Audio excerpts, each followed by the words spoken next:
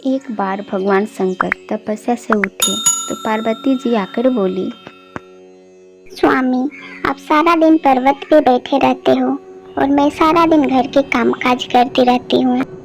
भूखी प्यासी बैठी रहती हूँ, आप कुछ नहीं कमाते हो। मैं क्या खाऊं और क्या बच्चों को खिलाऊं? क्या आपने कभी इस पर ध्यान दिया है क्या? माँ पार्वती की बात भगवान शंकर ध्यान से सुन रहे थे। आप मेरी बात एक मानोगे स्वामी? मैं तुम्हारे साथ 7 फेरे लेते हुए मैं तुम्हारे सातों वचन का पालन करने का वादा किया था। तुम कहो तो अवश्य मानूंगा। तो ठीक है, एक काम करो, आप वृंदावन चले जाओ। आपका एक नंदी बैल तो है, और एक बैल वहाँ कन्हैया से मांग लेना और जाकर वहाँ पे खेती करना, और जो फसल होंगे वो वहाँ से ले आना। कुछ तो काम चलेगा। लेकिन एक बात का ध्यान रहे स्वामी, अब वहाँ जाकर कन्हैया से कहना कि आप खेती ऊपर का लोगे और नीचे वाला कन्हैया को देना। ठीक है पार्वती, मैं अभी नंदी बैल पर बैठकर वृंदावन जाता हूँ। इसके बाद भोलेनाथ नंदी बैल पर बैठ गए और कन्हैया के घर जाने लगे। रास्ते में नंदी बैल भोलेनाथ से बोले, प्रभु, हम तो जा तो रहे हैं, पर ये कन्हैया बहुत चालाक है, बहुत तेज है। कोई बात नहीं, मैं पार्वती को वचन दिया हूँ कि अब मैं खेती करके ही लौटूंगा। और फिर इसके पश्चात भोलेनाथ जी कृष्ण जी के द्वार पहुँचे और अपना शंख बजाने लगते हैं। शंख की आवाज़ सुनकर कृष्ण जी ने द्वार खोलते हैं तो उनके सामने भगवान शंकर खड़े होते हैं। कृष्ण जी ने भगवान शंकर को प्रणाम करते हैं। भोलेनाथ, हाँ आइए, भीतर पधारिए।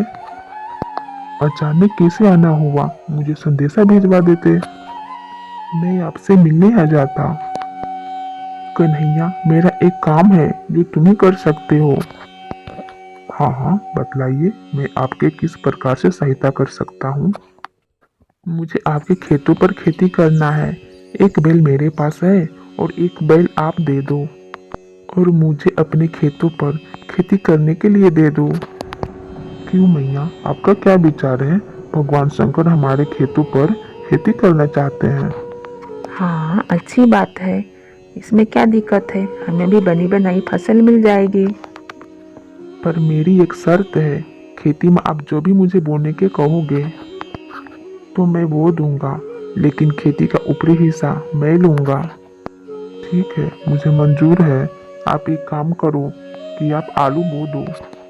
ठीक है, फिर मैं फसल तैयार होने के बाद ही आपसे मिलूंगा। इसके बाद शंकर जी बैलों को लेकर खेतों में खेती करने चले गए। उन्होंने खूब मेहनत की और आलू का फसल उगाए। आलू का फसल कुछ दिनों में तैयार भी हो गए। शर्त के मुताबिक नंदी और भोलेनाथ ने आलू का ऊपर वाला हिस्सा काटकर गठरी में बांधकर कैलाश ले गए। शंकर जी ने बहुत खुशी से गठरी का हिस्सा माँ पार्वती जी को दी। पार्वती मैया ने जब गठरी खोल के देखी तो वह तो हैरान हो गई। उस गठरी में तो पत्ते ही पत्ते थे। प्रभु, आप ये क्या लेकर आ गए? खेती कहाँ है जो आपने की थी? पार्वती, मैंने तो ऐसा ही किया जैसा तुमने मुझसे कही थी। मैंने ऊपर का हिस्सा लिया और कैलाश लौट आया। मुझे कुछ नहीं पता प्रभु, अब मैं इस पत्ते को क्या करूं? ये पत्ते किसी काम के नहीं है। अब आप दोबारा जाओ और दोबारा खेती करके लाओ। और हाँ, अब की बार आप नीचे का फसल मांगना।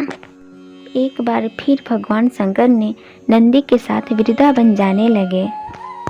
रास्ते में फिर उनको नंदी ने समझाया कि कान्हा बहुत चतुर है, आप सावधान रहना।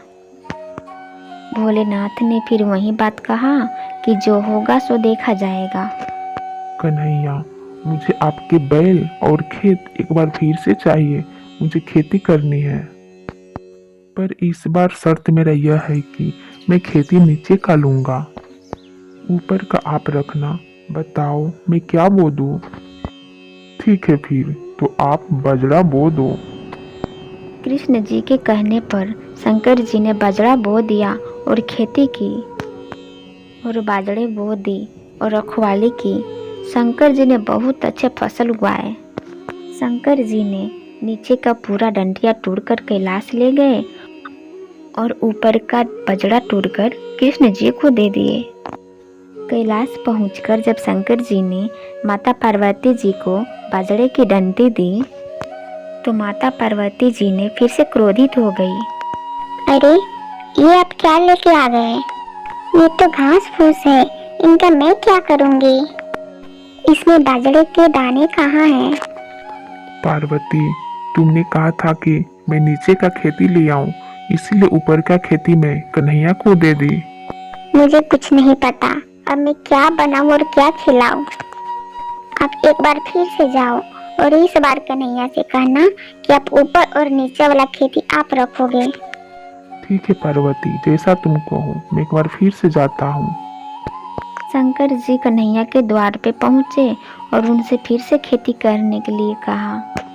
कन्हैया, इस बार मैं ऊपर और नीचे वाला खेती मैं ही लूंगा, बताओ क्या बोना है? ठीक है, इसमें कोई आपत्ति नहीं है। इस बार आप ऊपर और नीचे वाला खेती आप रख लेना और जो बचेगा वो मैं रख लूंगा। शंकर जी फिर से खेती करने लगे और कुछ ही दिनों बाद मक्का के बहुत अच्छे फसल उगाई। कृष्ण जी यशोदा मैया के साथ मिलकर बीच का हिस्सा यानी कि मक्का तोड़कर घर ले गए और ऊपर और नीचे वाला हिस्सा लेकर भगवान भोलेनाथ कैलाश आ गए। इस बार नंदी और भोलेनाथ बहुत खुश थे कि ऊपर वाला और नीचे वाला हिस्सा लेकर हम आ गए। माता पार्वती देखकर बहुत खुश होंगी। जैसे ही उन्होंने माँ पार्वती जी को खेती की गठरी पकड़ाई, जिसे देखकर माँ पार्वती अपना सिर पकड़कर बैठ गई। अरे ऊपर और नीचे वाला हिस्सा तो आप ले आए, पर इसमें भुट्टा कहाँ है? पार्वती, तुम्ही ने तो कही थी कि ऊपर और नीचे वाला खेती लेकर आना, वही तो लेकर मैं आया हूँ। अब मैं भोला भाला, जैसा तुमने कहा वैसा ही मैं किया। तभी कृष्ण जी वहाँ आते हैं। माँ पार्वती, भोलेनाथ बिल्कुल उचित कह रहे हैं। भोलेनाथ को तभी तो भक्त भोले बाबा कहते हैं। भोले बाबा तो भाव के भूखे हैं, प्रेम से इसे कुछ भी अर्पित कर दो, ये ग्रहण कर लेते हैं। आप धन्य है भोलेनाथ।